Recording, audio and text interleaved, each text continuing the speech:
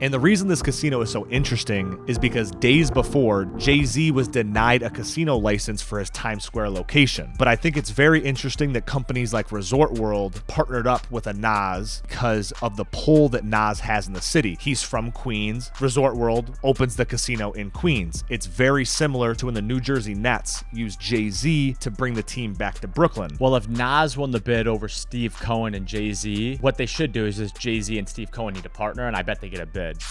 Welcome to the Real Oshow. I'm Zachary. Joining me as always, my partner in crime, my brother Joshua. And on today's episode, we talk about Nas's $5.5 billion casino, and we round it out with the only kicker in NFL history to win an MVP. Enjoy. They paper getters, they want money more than they want fame shit. I swear we go so hard, we on A-list. I see my niggas prevailing. We going hard for the hand. We gonna stack that we jaded. This is a great interview. They doing their thing. We're going to start today's show with 2-minute takes. Our first take is Kai finishing Mafiathon, hitting over 1 million subscribers for the first time in Twitch history. Yeah, I mean, this is incredible. So now LeBron James gets to cut his hair, which is absolutely great. But Joshua, I want to hit you with some crazy stats when I was diving deep into Cenat's stream. As of now, he has 68 million hours watched with an average of 112,000 viewers at all times, adding up to just under 300 million views in a single month. And I was deep diving this of what TV shows have had 300 million views? The answer is none. Squid Game's had around 265 million views in its first month when it came out on Netflix, and Game of Thrones at its peak had around 200 million viewers. It's been one of the most impressive things I've ever seen, and I will say the trailer leading up into the Kai Drewski, Kevin Hart, unbelievable. Kai is showing time and time again that his trailers are the best thing he does, which is kind of an ironic thing because he wants to be a director one day. And these numbers kind of show that he doesn't need to be the star of it. But if I was a studio, why are you not giving Kai Cenat a bag to go direct something? Artist, movie, anything. Right now, I've seen a few studios give YouTubers 20, 30, 40, $50 million to go create a movie. I would love to see what Kai could do with a movie budget. Well, Kevin Hart's doing that definitely, probably behind the scenes with his Heartbeat Productions, and that's why it's Drewski and Kai and Kevin, and it was named the last sleepover at Kevin's house, so this is probably the last thing they're doing before they then drop the movie. That's probably been working behind the scenes that a lot of people have talked about, but when that hits movies, that's going to go stupid. Next up, we have EA going private. Yes, so they are negotiating a $50 billion buyout. Now, this isn't like the craziest thing for a company to go public and then back private, but what that means is a massive sale is brewing, whether it's going to be a Disney or an Apple. And this is going to be like a $75-100 billion purchase with the IPs that Electronic Arts has.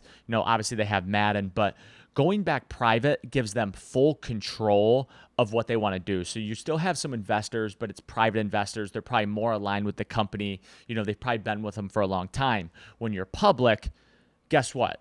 You aren't running the business. The shareholders are running the business. So this move is, I think, a very strategic plan by EA to start building new IPs, which me and Josh would talk about a lot. All these old IPs keep getting shoved down our throats. At some point, people are going to be like, fuck this, I'm done. So going back private then gives them more time to build these new IPs, spend some more time with AI and virtual reality. I think it helps them do a few things. One, it helps them escape the quarterly pressure like you were talking about. Shareholders want the short-term money as well as the long-term vision. Hard to do when you have to pump out a game every single year. The next thing is they have strategic freedom. We talked about this before, but Take-Two Interactive does a really good job of blending these really big, deep games as well as the yearly games, where they have 2K that's a yearly machine, but they also have Rockstar that's producing GTA and Red Dead Redemption that are coming out once every decade. And I think EA is looking at a Take-Two Interactive and being like, we can make billions of dollars off of one game if we just take a little bit more time and refine it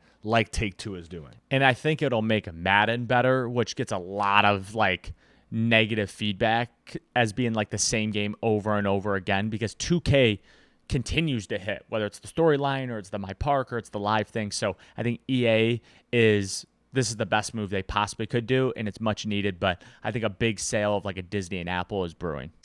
Next up, we have private equity entering college football. So we officially have some private equity-ish kind of leaking into college football, and it's not as blatant as one may seem. So Al Guido is the president of the San Francisco 49ers and is also the CEO of a company called Elevate Sports Ventures. They pretty much work with college teams and pro teams to help grow their revenue, and they are working with 2 Power 4 schools in Texas, and they're working with UCLA and Penn State from a ticketing standpoint. Now, the 2 Texas schools, we have no idea. UCLA and Penn State both came out and they said, hey, Elevate is just doing our ticketing. They're not giving us money to pay players or do anything revenue share wise. But Al Guido's company is in charge of a $500 million fund. And the whole goal of what they're trying to do is go to these schools like, hey, you want to upgrade your stadium, it's $50 million. We'll pay that. Just pay us back on the back end. And then once you pay us off, we'll take a smaller percentage off the revenue. And I think it's 100% going to work because as NIL keeps getting more and more and these schools have less and less money to upgrade a weight room or a locker room or jerseys or a stadium, Elevate is going to come in and kind of save these schools. And schools like, on the lower Power 4 that don't have a ton of money, like a Georgia or an Alabama or a Michigan, these schools are going to have to do that deal to stay relevant and competitive. There's nothing more blood-sucking than an agency who comes in is like, hey, we'll fix this thing if we get 10% of your team. I don't care what anybody says. Private equity is the worst thing that can happen to college football, the NFL, the NBA, any professional sport, because private equity is notorious for taking a good thing and making it shit just to make some money. Private equity is going to turn back into what the NCAA was, which is a blood-sucking leech that is going to suck every profit from all these kids and all these universities. It is not worth it. If you are a dying university, just die. In 2025, if you can't afford to make a football team good, then you shouldn't be a university. Not every business should work out. Not every business should be saved, and the same thing should go for universities. Well, I don't think players are going to get fucked over with this. It's going to be the universities. It's going to be the ADs. It's going to be the president. It's going to be the coaches. The players are 1, 2, 3 years, they're gone. It's trickled, but it's all trickles down, right? It starts with the university, then it starts with the ADs, then it starts with the coaches, then it starts with if they start getting control, they'll put the clamps on. It'll be their TV deal. It'll be their university. And guess what? If you control football, you control the whole university. People want to act like Title IX is this. Title IX is irrelevant now. It is college football, college basketball. Everything else is irrelevant. And last, we have why are college football coaches being fired in the middle of the year? Because that's not a normal thing. So I think I have a theory. So as of this taping, there's been 4 head coaches fired. We have UCLA, Virginia Tech, Oklahoma State, and now Arkansas. And what I think is happening is, one, you have massive TV deals. So these schools are making more and more money than they've ever made. So that's obviously helping them pay players. Obviously, they have money for other sports. And obviously, they just have money to be like, we don't like this coach. We'll pay the $15, $20 million buyout and let it happen. There's a little gray area when you fire coaches that, when you fire them and he goes and gets another job and say he's making $1 million and you owe him $5 million, you only have to pay the difference. So you only owe the $4 million. So you can kind of make some money there. Also, I think there hasn't been a time in college football history that a donor is actually running the school. We see it with Texas Tech all the time. They put that dude's going to get a statue if they win a college football playoff game, not even the championship. Like if they win a game, seems like he's going to get a statue. And I think when you have these donors giving $5, $10, $15 million a season, and if they're like, we don't like that coach, guess what you're going to do? You're going to get rid of the coach because you don't want to lose a $5, $10 million donor a year just because you want to save $5, $10 million on a buyout. I completely agree. And to the point you made, when a coach gets fired, you pay the difference at their next school. Well, here's the irony of all that. The coaches have to go out and search for that job. The second they're like, nope, I'm done, another chunk of that buyout gets taken out of it. So it incentivizes them to go out and seek that job. So you really don't have to pay that much more money. Yeah, and they might be like, hey, I'm going to take a year off. But like, if you're a coach and you have more on you, you really can't sit out too long because the era just moves beyond you. Like schools like, whatever, you're done. You've been 2 years removed. Like we don't want to see it anymore. Like you might be able to be like an O-line coach or like a fucking DB's coach, but you're OC, DC, have a chance for another head coaching position. Like you have to be in the game and active. So Joshua, the deep dive of the week is a casino just got unanimously voted on in Queens. Tell me why this is so interesting. This is so interesting because it has to do with Nas, and Nas is on a generational run when it comes to investing. He just partnered up with Resorts World that just won a bid for a $5.5 billion casino in New York. So when I say he's been on a crazy investment run, here are his most famous investments. He turned $500K into $100 million with Coinbase. He made $40 million off Ring before they sold it to Amazon for $1 billion.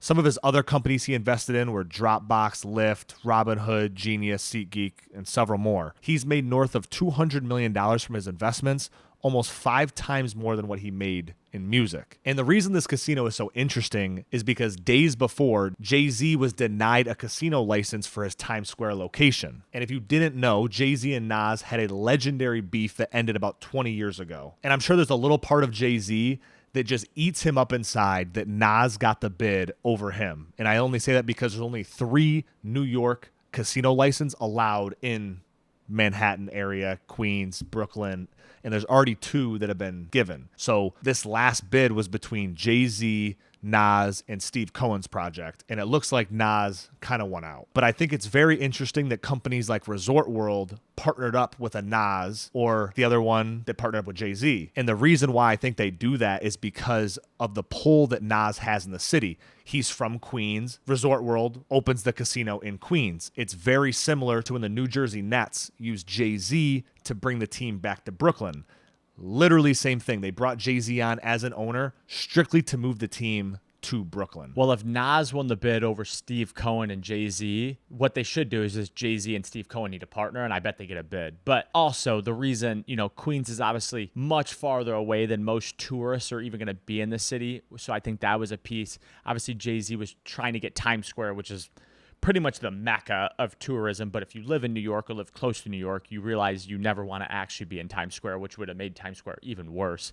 But I was actually curious. We looked at where the location was of the Queens because I knew Steve Cohen was like trying to build a park and a bunch of apartments and restaurants and obviously a casino surrounding Met Stadium. Well, Cohen's biggest thing is the zoning laws. So right now, the current zoning laws don't allow him to do the things he wants to do. So he basically has to legislate to get the zoning laws changed, and then he has to go back through his bid. So for Cohen, it's going to be a decade before he can even do anything out there. Well, he'll probably win the zoning laws and be able to build, whatever. It won't be a casino. I could definitely see a casino in Manhattan a lot quicker than, there was supposed to be one by Hudson Yards where we work. That was part of the bids, and it was supposed to be a skyscraper and an apartment. Manhattan is getting a casino. I don't know when. Obviously, they'll probably see how Queens does, and it's more of a test probably put in Queens. What are the taxes? How much money are they making? Are there a lot of tourism? What's the attraction there? And then they're like, we can make another fucking $1 trillion if we put it in Times Square. Guess what? They will put it in Times Square. And also, I will say, Jay-Z's definitely going to get a bid for New York because the New York government owns 1/3 of Rockefeller Records, which is insane already. So I just think Jay-Z's definitely going to win out. You would think for how corrupt the city of New York is, or just Manhattan in general, the state of New York, it's so corrupt. I'm surprised they didn't want a casino in there because it's just more money for all the corrupt politicians. So to me, I was actually kind of shocked that a few people were like, no, we don't want a casino, as if that's the worst thing that's happening in New York right now. This week's Did You Know is actually going to shock you, Zachary, and I know you're a big NFL fan, and I bet you've never heard of this. Did you know in 1982, a kicker won the NFL's MVP, and the wildest part is he almost didn't even make the team that year. His name's Mark Mosley, and to this day, he's considered one of the greatest kickers of all time. But in 82, Washington hired a new coach who wanted to cut all the players he didn't like. Mosley was one of them. On top of that, the team just drafted a brand new kicker, and Mosley was already in his 12th season. Back then, that's a good career. To make things even worse, Mosley was a straight-on kicker, and I know you've never even heard of that term before because it's so old, which means he used a flat-toed shoe to kick the ball. And this style of kicking was basically extinct at the time. By the 80s, everyone adopted the soccer-style kicking that we see today. However, when the preseason started, the rookie kicker struggled, and Mosley seized the opportunity and won the job back. That season, he set an NFL record with 23 consecutive field goals, hitting clutch kicks week after week. Now, this was a very odd season because halfway through, there was a 57-day lockout that shortened the season to just 9 games. And because of that, Washington snuck into the playoffs thanks to the new 16-team format. And they rode that momentum all the way to a Super Bowl 17 victory where Mosley went a perfect 5 for 5. After that, they named him NFL MVP, the very first kicker to ever win it. And here's why it's even crazier. In the entire 66-year history of the MVP award, there are only 18 non-quarterbacks to ever win it. 15 were running backs, 2 were defensive players, and one was a kicker. And it'll never happen again. Never will happen Never be again. sniffed about. The only person that could maybe even compete with it if the Dallas Cowboys were semi-relevant would be Brandon Aubrey, who literally like is good from like 80 yards. Like if you get it like close to the 50-yard line, it's an automatic 3 points. I thought it was very relevant today because you look at the current climate of the NFL, the kicker might be the third, fourth most important player on the whole entire team. Maybe a top 2 player. We just saw it yesterday in the Indiana-Iowa game. Like college kickers are clean kicking 58-yarders now. That was like unheard of. Now you got NFL kickers that are like 68, 69. Like it's insane what is happening. It's like semi good for the game and like semi bad for the game. Like I don't want to watch a bunch of 68-yard field goals. Incredibly impressive, but I want to see touchdowns. So with that being said, we're closer to a kicker being the MVP again than it ever has been. Well, I mean, kickers every year lead the league in points. Like that's very like consistent. Like from like a point standpoint, they always lead, and no kickers are ever getting sniffed. So I doubt it. Some of the highest scoring franchise players are kickers. Well, no, and most people don't realize that. No, I don't. I do think people realize that it's very common. They're scoring every game. They're guaranteed to score every game, pretty much, unless you're getting shut out. So kickers need more respect, is what we're saying. No, kickers get a ton of respect, but the problem is like, you know, you've never played football. Like I played football in high school, and obviously then you have college and NFL. Like the specialists are like kind of like they're like the ugly stepchild of the team. Like they kind of like when everybody's doing offense, defense, position, like they're just kind of over on a different field doing their own thing. To me, so if you're a kicker that's doing your job, it's like you're doing exactly what you should. But the worst place to be is a bad kicker because everybody on the team fucking hates you because they don't respect you. To me, a kicker is like a goalie in hockey. Like they're the weirdo. They're kind of on their own island, but you need them. A good kicker, a good goalie is needed for you to win a game. I think a goalie in hockey is much more important than a great kicker. I kind of disagree because you look at a guy. You use it more like the whole game you're using the goalie. Like the kicker's only out there to kick extra points or a field goal. Like he's on there for one play and then he's done. You know, a goalie's out there the whole time. Like he's fucking getting passes. He's setting the offense. You know, there's a little bit more action. I like the comparison, but semi disagree. And to end the show today, I have a fun game for Joshua. I like playing these games. So Joshua, in 1936, the first AP college football rankings came out. Can you name the top 5 teams? Well, let's go back to the old Ivy League. So let's start ringing off some Ivy League. So I'm going to go Harvard, Yale, Princeton, Rutgers, Army. Army is number 3. So let's stay on that train. Navy. Nope. Give me some hints. 3 Big Ten schools that aren't good Big Ten schools currently. Maryland. Nope. Illinois. Nope. Indiana. Nope. I said Iowa. I said aren't good. And you just fucking chirped Indiana. We're number 8 in the country. Come on, dude. You never know. Come on. They're bad. They're bad currently in the Big Ten. Like if you would call them a poopy diaper if you were watching them. Maybe like a Pitt. Pitt's not in Big Ten, but Jesus. Give me some. Dude, I literally can't spoon feed it to you enough. They are location. They are bottom feeders in the Big Ten. Do you not know the Big Ten teams? Like they're original Big Ten. They're not like new Big Ten. Northwestern. Northwestern is number 4. Thank God. Give me a row the boat. That was Wisconsin. Nope. Purdue. Purdue is number 5, but that is not. That was not the team. But Purdue is number 5. You have 3, 4, 5. You're missing 1 and 2. I'm gonna kick myself for this one because I feel like I should know this one. You should definitely know this. PJ Fleck is the head coach. Yeah, I know the guy is. Come on. I can't think of it. This is terrible. I mean, try to think of it off the top of your head. They're a great hockey state. Minnesota. There you go. They were number 1. And for number 2, they are a heavy basketball school. Duke. There you go. Number 2. So we have number 1, Minnesota, number 2, Duke, number 3, Army, number 4, Northwestern, and number 5, Purdue. That was a terrible job by I feel like Joshua. I did pretty good, honestly. No, you didn't. I mean, if you're talking about like the first ever AP I literally poll, said bottom feeders of the Big Ten, and then you went and named off Illinois, which is a bottom feeder. They are number 19 in the country, but bottom and feeder. then you named Indiana, who is number 8 in the country. And Before then I said 2 years ago, bottom feeder. And then I said row the boat, and you said Pittsburgh, who's not even in the Big Ten. No. I know. I was saying Pittsburgh because I was thinking in that like realm. Because in my head, if you're thinking about the first AP poll, I was thinking a lot of football started on the East Coast. So I was naming my East Coast schools first, thinking like, all right, how far did they fucking travel back then? I don't know. Like they were traveling by trains. So it's like they had to be playing close teams, you know? So I was thinking in that little area, you know? But anyways, great show today. If you enjoyed the show, drop a like, leave a comment, hit subscribe. Till next Tuesday, we'll see you. Peace. I gotta fight for my bros, I gotta stack out this gold. I tell you I'm on the road, about to get all this dough. Me and no fuck niggas know, I swear to God we the ghosts. This ain't the story they told, man if you know then you know. I never had to tell my dogs that we on rough for greatness. They paper getters, they want money more than they want fake shit. I swear we go so hard, we on A-list. I see my niggas prevailing, we going hard for the hand. We gonna stack till we jaded. I just told my niggas that we on a mission.